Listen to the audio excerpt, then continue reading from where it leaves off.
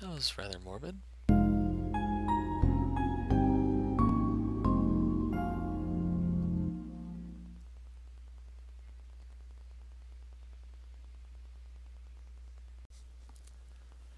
I spend much of the next day in a sense of hyper-alertness, my eyes peeled for even the slightest glimpse of a pair of bright green eyes or a black tail.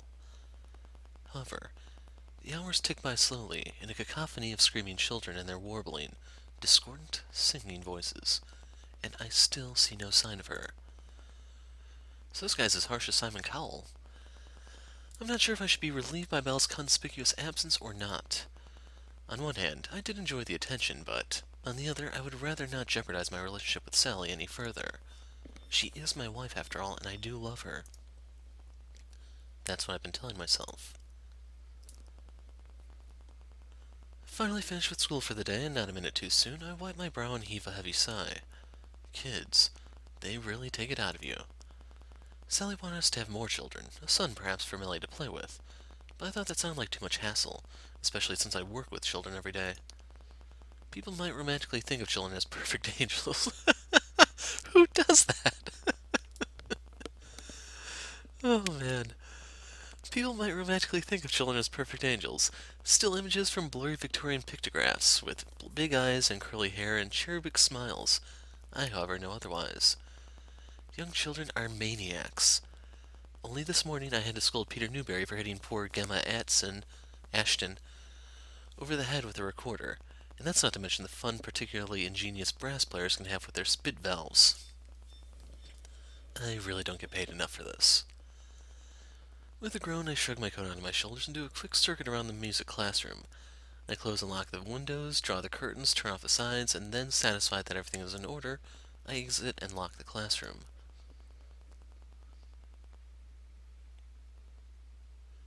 It is as I make my way through the car park, reaching into my trouser pocket for my car keys, that I'm suddenly stopped short by a distinctly feminine voice. Belle. Hey, if it isn't my favorite human. She's leaning against my car, waving. She's wearing that school uniform again, the one she donned during her surprise visit yesterday at lunchtime. Her dark hair flutters in the breeze. Her white limbs stand out alarmingly against my car. Maybe you should wash it then. Hey yourself, what are you doing? Isn't it obvious? I was waiting for you. Don't you think it might look a tad suspicious, a school from St. Catherine's loitering around my car like this? Oh yeah, I did get a few funny glances.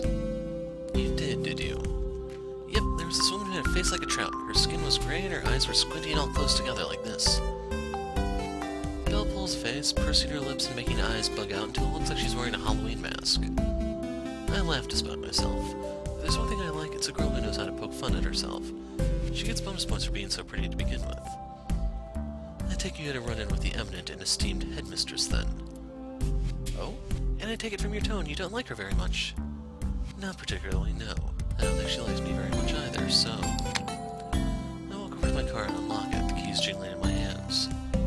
Did she say anything to you? She was like... What are you doing hanging around here? Do you have any business with our school? And what did you say? I almost dread to think.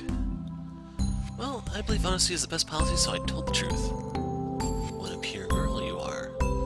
Indeed, I said, yes, I do have business with your school. I'm waiting for Mr. Hawkins, the music teacher. You see, I'm his teenage sex slave, and we're going to do all kinds of exciting things together. I snap my head upwards, moving so fast I get a crick in my neck. I really hope for both our sakes you had enough sense not to say that. It isn't true anyway, and why the laugh? No, I didn't really say that, obviously. I was just checking to see if you were paying attention. I was paying attention. I was putting some stuff in the boot. Yeah, but I don't like it. I'm here now, so you should pay attention to me. It's rude to talk to a lady and not even look at her face, you know? I know. I'm sorry. Sally says the same thing. I deposit a box full of sheet music in the back of my car and straighten up, closing the boot with a dull thud. So what did you really say? I'm all ears. I said I was one of your piano students and I had a lesson with you after school. Is that an acceptable ruse? I suppose it's acceptable. Might seem a little suspicious, though. Why? Because I'm so adorable? The real answer is because I'm starting to develop a guilty conscience, but I don't say that. Instead, I shake my head. Why should I feel guilty? I haven't done anything. It isn't a crime to talk to a younger girl. Sorry, immortal spirit, is it? Besides, all the kisses we've exchanged have been one way. Belle was the one kissing me, not the other way around. I try to change the subject. That's easier than confronting the real issue at hand. That I may inadvertently be cheating on my wife. Your skirt is still far too short. Mrs. Fishlip said the exact same thing. It's nice to know you afford other authority figures the same level of respect you give me. Psh. Belle snorts and rolls her eyes. They seem even greener than usual. As if I have to answer that crusty old dragon lady. I'm probably old enough to be her great-great-grandmother.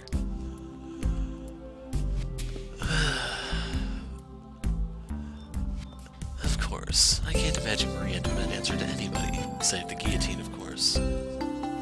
Oh, so you remembered. How can I help but remember? It isn't every day you meet a girl who claims to be a reincarnation of a famous historical figure. A famous historical figure who got her head lopped off, no less. So now that we've established you were waiting for me, I want to know the reason why. What are you planning? Planning? Why, Mr. Hawkins, you wound me. You make it sound as though there's something sinister afoot. I think there might be, given you're involved. I still don't even know what you are. Not really. How cruel. I didn't come here to haunt you, if that's what you're implying. I came here because I missed you. You did. That's right. It feels like it's been so long. I saw you yesterday, Belle. That's right. Yesterday. That was a whole 24 hours ago. I was so bored and lonely I thought I was going to die.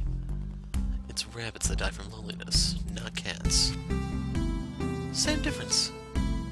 They're really not the same. Whatever. Weren't you thinking about me as well? I turned my head to one side, trying to avoid Belle's gaze. It's true, I was thinking about Belle. How could I not? Who wouldn't think about her? Especially given she insists on wearing such ridiculous, impractical outfits. But I can't tell her that. I don't want to give her the satisfaction. Honestly, no. I had a very busy day, which doesn't leave much time for mooning over schoolgirls. Liar. I am not. Yes, you are. I can see it in your eyes. Damn. I must be more transparent than I thought. Anyways, since I went to the trouble of coming to see you, shall we get going? Where? On a date, of course. Of course. She says it like it's the most natural thing in the world. Maybe to a finicky feline who comes and goes as she pleases it is. But it's not to me. I'm a middle-aged man and I have other commitments. I have a wife to return home to and a daughter I need to talk to. I promised her last night. I said we could do something together tomorrow. If these plans have any hope of emerging into fruition, I should return home now. I need to discuss things with Sally. I can't keep running away. Even if I have a very arresting distraction tugging at my arm, peering up at me with those big, big eyes. Come on, Robin. I missed you. I missed doing this. Haranguing old men. No, I mean, going out, having fun. I spent so long living like a cat, I completely forgot what it was like being with real people. I need some adult company or I'll go mad. I'm sick of being picked up and petted and stroked and patted on the head and be called a good boy or good girl. Two are interchangeable since who knows what gender cats really are. And who cares? Now that I have a human body, I want to take advantage of it. I want to have some fun. Can't you do that on your own? I could, but that would be boring. Isn't it more enjoyable to spend time with the person you like? I wince, my resolve wavering. Why am I so weak-willed? Millie can languish away in her room like a tower princess for months, and I'll happily ignore it. But this one girl who's a virtual stranger starts tugging at my arm and putting on the theatrics, and I'm already lost. I wonder what that says about where my loyalties lie. I think it says, though I'm no professional psychologist, not like Joan Fowler, that I'm an asshole. Is that the correct medical terminology? But it'll look suspicious, an old man like me hanging around with such a young girl. It's fine, I'll just say I'm your trophy wife. Trophy wife? Where do spirits pick up such phrases? Well, maybe not. That might be a bit too much. You can just pretend I'm your daughter or something. It'll be fine. I swallow. All of a sudden, my throat feels dry. That's a very kind offer, but I already have a daughter. I know you do, but it's not like you spend any time with her, is it? Well, Belle's grip around my arm tightens. Though her body is slender and willowy, she's unnaturally strong. I feel like my side is being squeezed by a vice. ramping up the blood circulation through my right arm. You can think of it as a test run for the real thing. Just imagine that I'm Melly and we're out having a gay old time. Nobody says that anymore. It has other implications. Now, let's not split hairs. Let's just go and enjoy ourselves. I can't deny that Belle's offer sounds tempting. Not as a test run for spending time with my real daughter, but because Belle is an amusing person and I enjoy her company. I've probably had more fun with her these last 3 days than I have in the last 3 months combined. That's wrong though, isn't it? Belle isn't my daughter. Melly is, and I did promise. I said I'd try to spend more time with her. I wish I didn't feel so conflicted. I wish I wasn't so weak-willed. I already know what I'm going to have to say before the words come out of my mouth.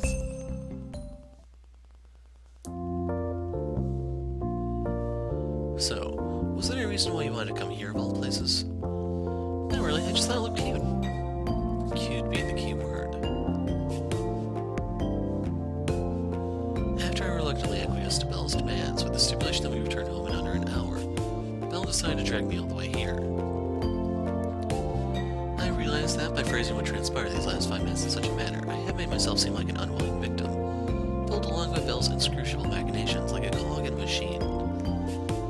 I have no doubt some people would wonder if this was truly an accurate portrayal of my thoughts and whether I did not, contrary to my protests, agree to Belle's decision almost at once. To all you naysayers, I can only say that I can only tell you that I have no further comments to add. I cannot satisfy you because I cannot truly satisfy myself. I'm an adult, and I know I shouldn't have come here, but adult though I may be, I am also a coward. Belle and I are sitting in an ice cream parlor, an oddity in England, with quaint brick walls and smooth white tables, a Baskin Robbins. It's the kind of place I would have gone with Millie if it existed when she was younger. There were fewer chain brands back then. Now, the high street is overrun with them. In the last 4 years, this small village has become distinctly Americanized. We even have a Starbucks. Who on earth wants to spend £5 on a coffee? Beggars believe. I guess that's progress for you. I don't think I need to translate the pounds for you guys. Assuming you're familiar with Starbucks, that should still be around $7 or so. Not really sure why Belle wanted to come here of all places. The shop isn't very busy, which makes us stand out even more. The other patrons are small children, their hair disheveled, splotches of ice cream around their mouths and on their noses, accompanied by beleaguered parents who are probably regretting the choices that led them to this place. I suppose I feel a certain amount of camaraderie with this frazzled man and women. It is mostly women, even though our situations aren't all that alike.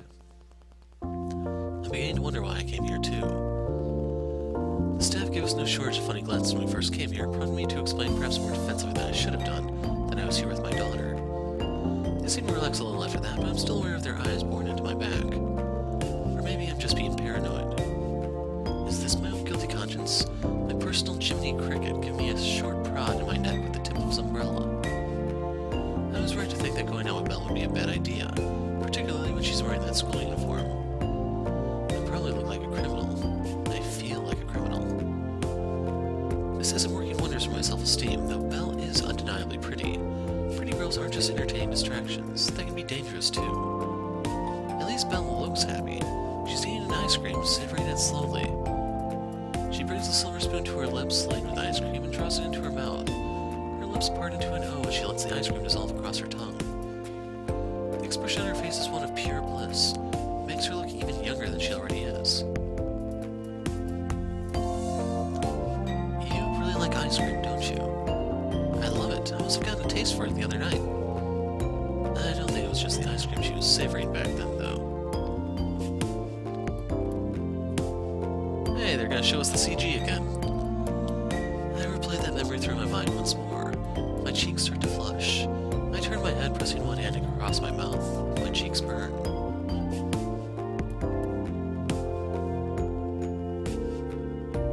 Delicious. Belle sighs contentedly and takes a spoon out of her mouth with a wet pop. Hey, Robin. She smiles mischievously, proffering the spoon in my direction. Do you want to try some? No, it's alright. I bought it for you. But it's more fun sharing it. I want to know what you think. I think I'm too old to eat ice cream. It'll give me indigestion. It's Sally will have made dinner already. She'll be sitting at the kitchen table, arms folded, drumming one foot against the floor, wondering where the hell I am. I wonder if Mellie's back at home yet. It seems likely. She doesn't belong to any after-school societies, and I don't think she has any friends to hang around with either.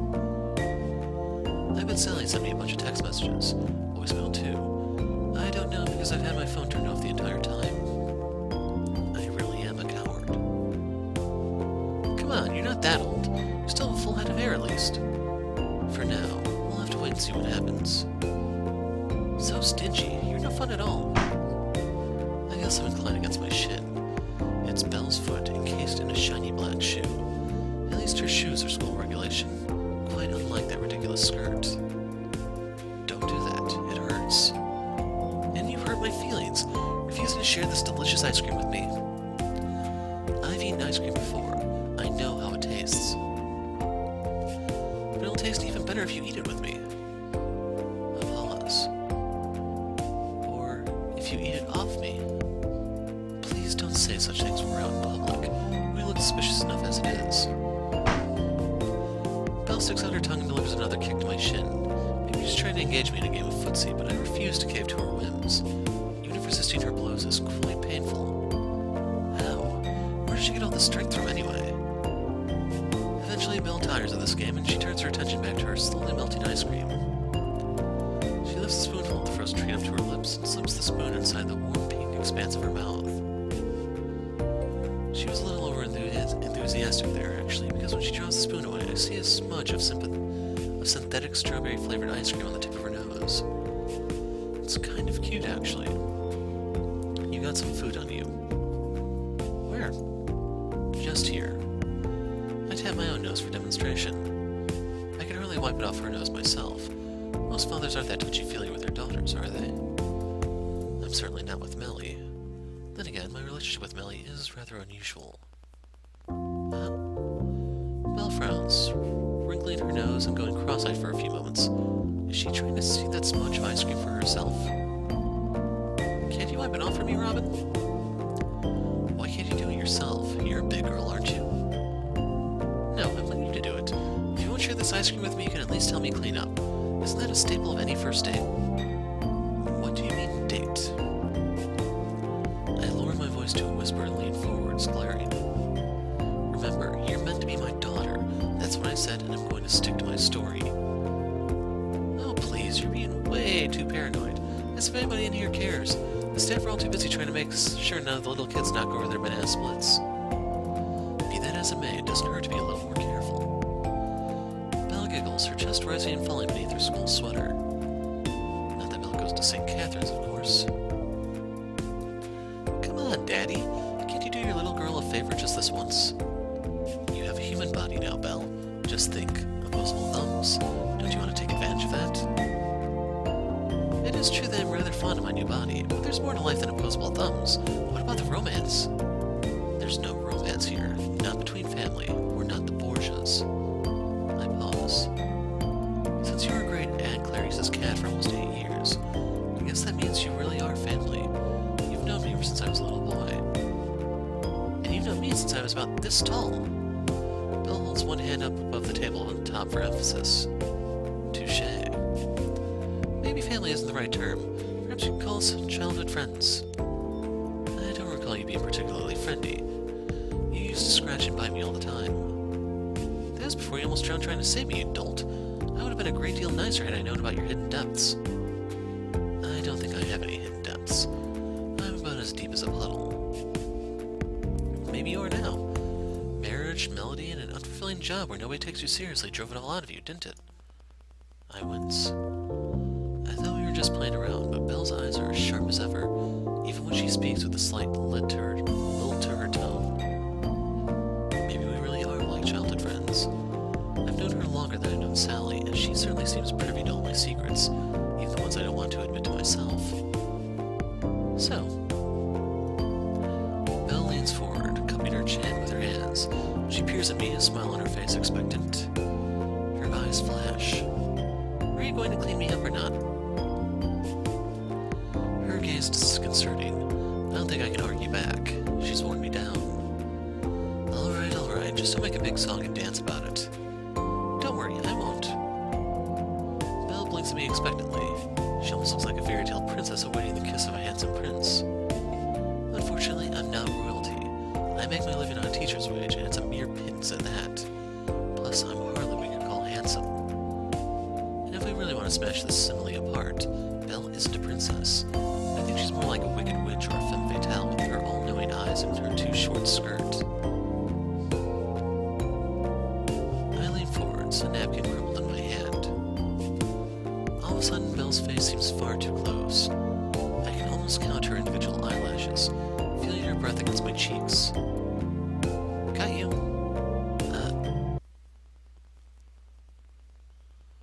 All of a sudden, I feel something against my lips.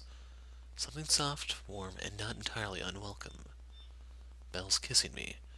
This isn't like her previous pecks either. This is a real kiss, unabashedly romantic. I know Belle isn't a human, but she seems awfully familiar with human customs, so I doubt this is some kind of mistake. She's not that naive. I think she's even smarter than I am, actually, to have tricked me like this. I can't help but feel taken advantage of. I was right. Belle's no fairy tale princess. She's the Wicked Witch for sure. But what does that make me, then? She presses against me, demanding and I grasp. I gasp. Belle takes my shock as further invitation. She presses forwards, pushing my back against the chair, and her tongue enters my mouth. She tastes of ice cream, shockingly sweet, and her tongue is strangely cold compared to the warmth of her lips. I feel my heart seize up in my chest. My mind goes blank. When was the last time somebody kissed me like this? I can't remember. Sally certainly doesn't. We're too busy being antagonistic about small, stupid things to trade open affection like this. I think I must be kissing Belle back. When Belle finally draws back, her lashes fluttering. Her lips curve into a mischievous smile. Her face as pale as ever, not a hint of a blush on her cheeks, though she was the one who instigated the kiss. I'm the one who's embarrassed, breathing heavily, my face burning. If I were any older, I might have a heart attack. It was wrong. I know kissing was wrong, and yet, forgive me for the old age cliche, but at the same time, it felt right.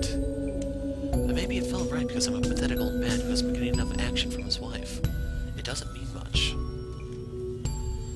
What man wouldn't try to argue that kissing a teenage schoolgirl was, in some sense of the word, right? I know a lot of people who disagree with that assessment, though, particularly the workers at the store who were led to believe that Belle was my daughter. Maybe I can try and backtrack. I can tell them she isn't blood related. Of course not, I'm just her stepfather. Would that make it sound any better? No. By this point, I don't think there's any salvaging the situation. The workers behind the counter really are looking at me now. This isn't just baseless paranoia. It's the unquestionable, unshakable truth. They look almost as surprised as I do with their mouths open. They're not the only ones. The other patrons are staring at me too. Even if I hadn't said Belle is my daughter, my behavior would still be unacceptable. I mean, she's wearing a schoolgirl uniform for Christ's sake. This is bad. This is very, very bad. But I don't get to finish my explanation. That's probably a good thing too. Laughing cheerfully, Belle takes hold of my hand. I oblige. My body feels strangely light, like a hollowed-out pepper. Come on, Dad, let's go. I want to go shopping. You promised to pick me out some new clothes, remember? Yes, of course. I allow myself to be dragged away by the playful devil that is Belle. Not before I lay down a crisp 10-pound note on the table, of course. I might have committed a grave social faux pas and kissed my daughter in the middle of an ice cream parlor, complete with tongues, but I'm not a thief. Even I have standards. Yeah, that's not really much standards. That was the greatest! Maybe to you, but not to me. I must have looked like a, I don't even want to know what I looked like. Either a pedophile or a deviant with bizarre sexual fantasies. Maybe both. Damn, why the hell did you do that? Because it was fun! You're trying to ruin my reputation for fun? Don't be like that, Robin. Belle giggles, brushing a few stray tears from the corner of her eyes with her fingertips. You teach music in a primary school.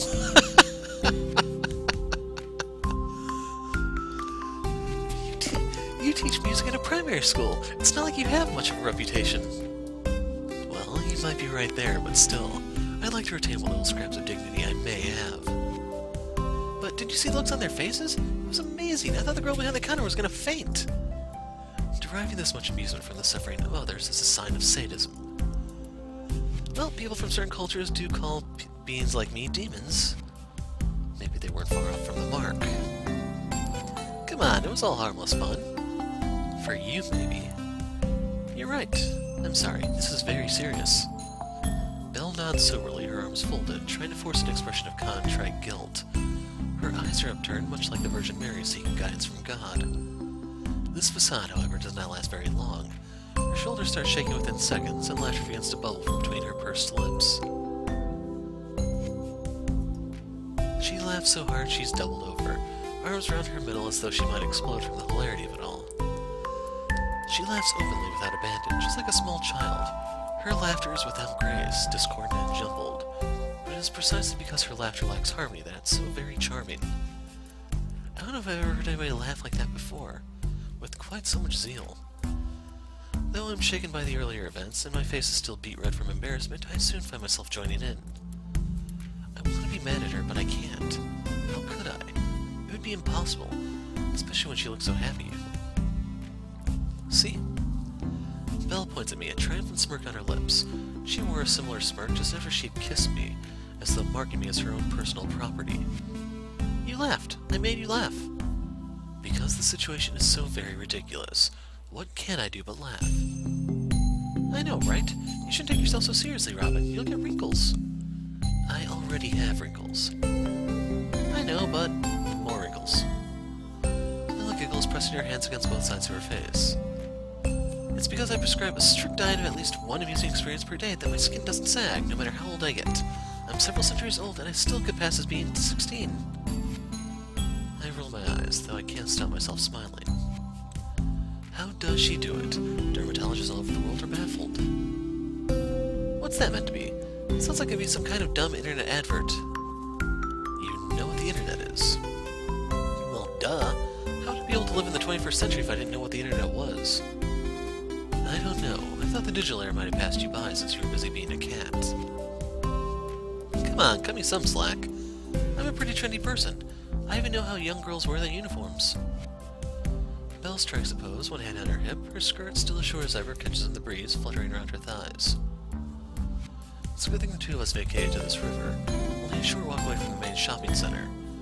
I got tired of various pedestrians looking us up and down and tutting.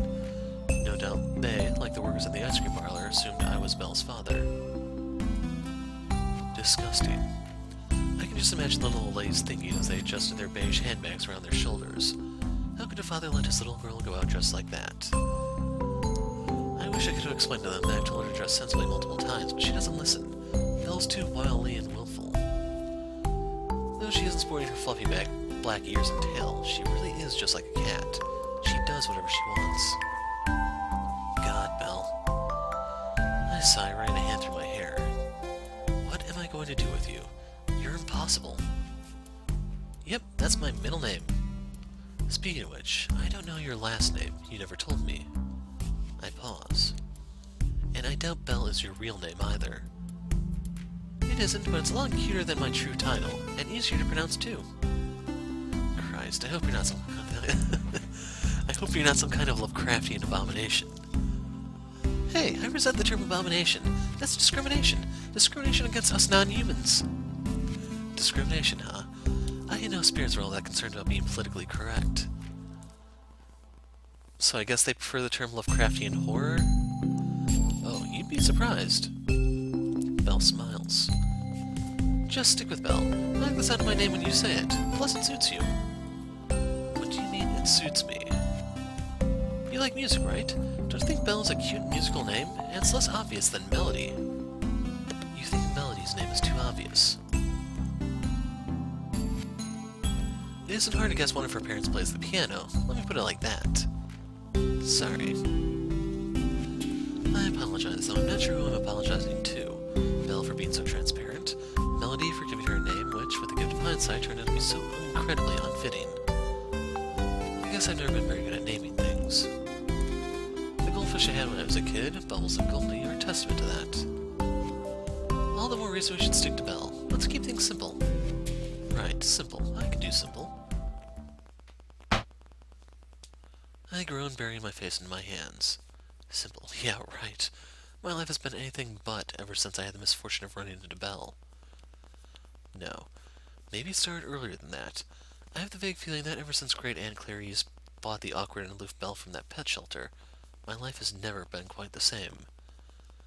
That kiss in the ice cream parlor right now is just the tip of the iceberg. People always say black cats are unlucky. I thought that was a silly superstition, but now I feel inclined to agree with them. Oh my god, what if anybody in that ice cream parlor knew me? How would they know you? I'm a primary school teacher. What if one of those kids attended my school? That is going to look good. The highly esteemed... I make small quoting marks with my fingers as I say this. The statement is far too ridiculous for me to say without some physical indication of its blatant dishonesty. Music teacher, Mr. Hawkins. Getting off with a girl who goes to St. Catherine's. Come on, you're overthinking things. I bet nothing comes of it. You bet, but you don't know. There are more primary schools around here than the one you work at. I'm sure nobody knew it was you. Well, you're probably right, but what if? Oh, what if, what if, what if? What if you get run over by a car? What if you contract a terminal disease? What if you fall into a lake and drown when trying to rescue a cat who can already swim? That was a low blow. Whatever, I'm just saying, who cares about all that?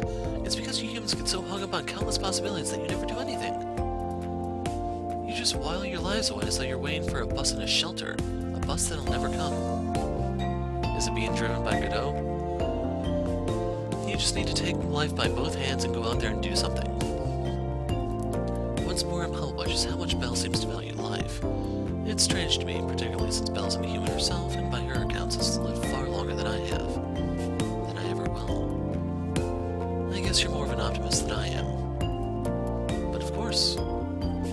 Belle smiles as though she go without saying, toying with the strand of her hair. You don't live for as long as I have if you're a pessimist. Pessimists are more likely to give up without even trying. It's only by clinging to a positive attitude, no matter how adverse your circumstances, that you can overcome the doubt and the worry and the fear, to be reborn again and again and again. I love being alive, you know. There's so much to see and do, no matter what you humans say. I don't think I'll ever tire of living, as long as there are people like you in this world. I stare. Belle stands by the river, still clad in her silly school uniform. However, under the light blue sky she looks strangely celestial. Almost like an elegant figure in a painting, a relic from bygone years, now lost to the annals of time. When she talks like this, without her typical childish inflections and light-hearted teasing, she sounds as old as she says she is, wiser too, far smarter than me. The water ripples slowly, dark blue, oil on a canvas. I really do love you, Robin. I didn't just kiss you for a cheap thrill or some perverse entertainment, though that certainly was part of it. I did it because I wanted you to know how I feel. I've loved you for so long, ever since you tried to save me. I didn't have a voice back then, so I couldn't tell you how I felt, but I thought it every single day for the last 30 years. It's what kept me from going insane. You belong to me now. I don't want anybody else to have you. I am a very possessive person, and I don't like sharing. Belle takes a step forward, crushing the scrubby undergrowth beneath the soles of her black shoes. She cups my face with her hands and peers into my eyes.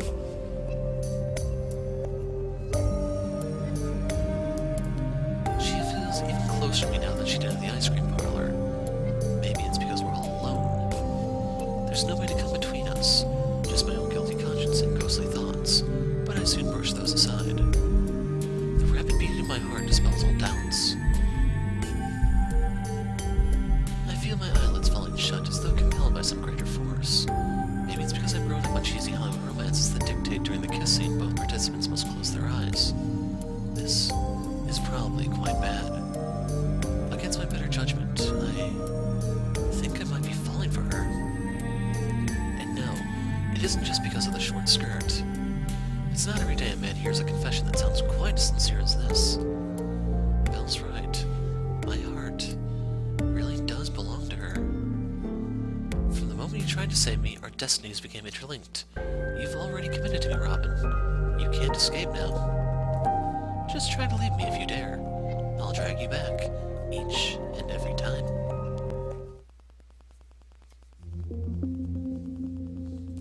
the hell have you been? I was not looking forward to returning home after my rendezvous with Belle, and this is exactly the reason why. Sally sits at the kitchen table, her arms folded, one leg crossed over the other. She glares at me, her eyes narrowed into slits. Given her pose, coupled with the look on her face, she could very well be a judge on The Apprentice. What is with the reference to all this Donald Trump stuff lately? Wow.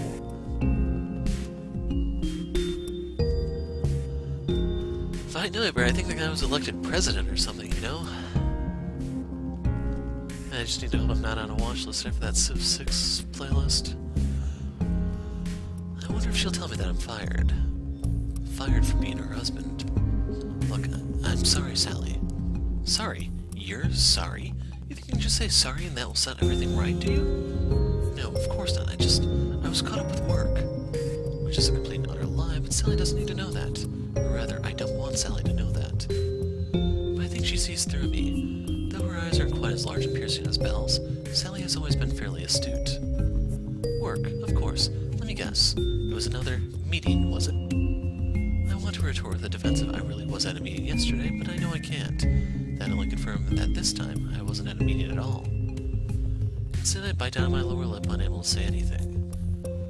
I don't have any words to placate Sally because they're all lies. I know it, and I'm pretty sure Sally does too. She's my wife. We've been married for more than 15 years. I should respect her more than that. I don't like lying. I never have done ever since I was a kid, but I can't help myself. In this situation, the truth would sound far more ridiculous. I'm sorry.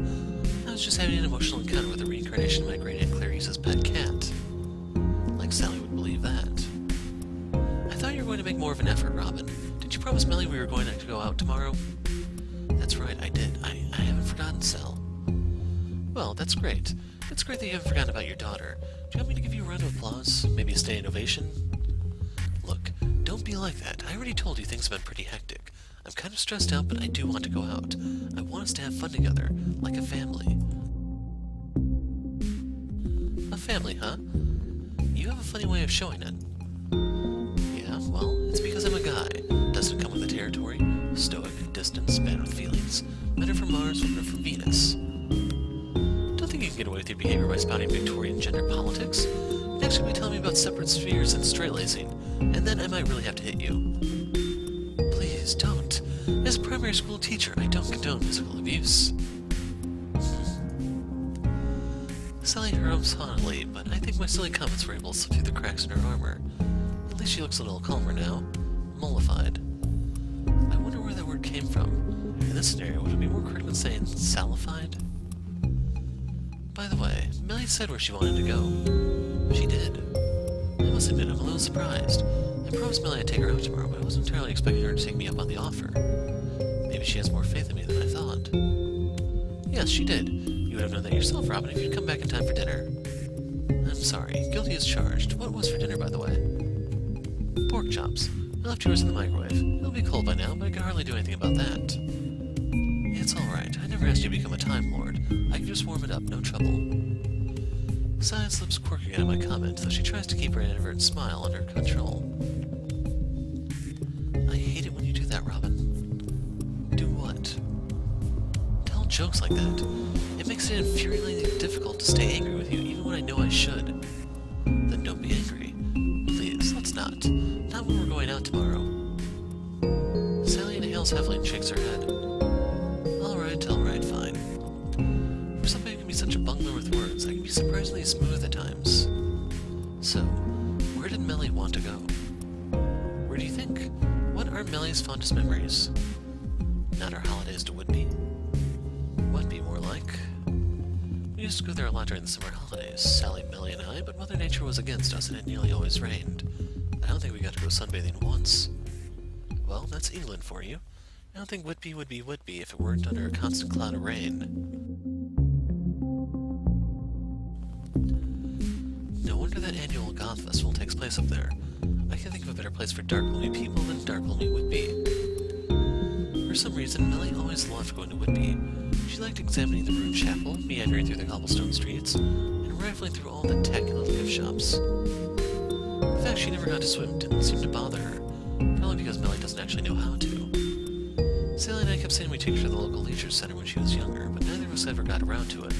In any case, I think Melly would have enjoyed Whitby far less if we ever did manage to make it onto the beach.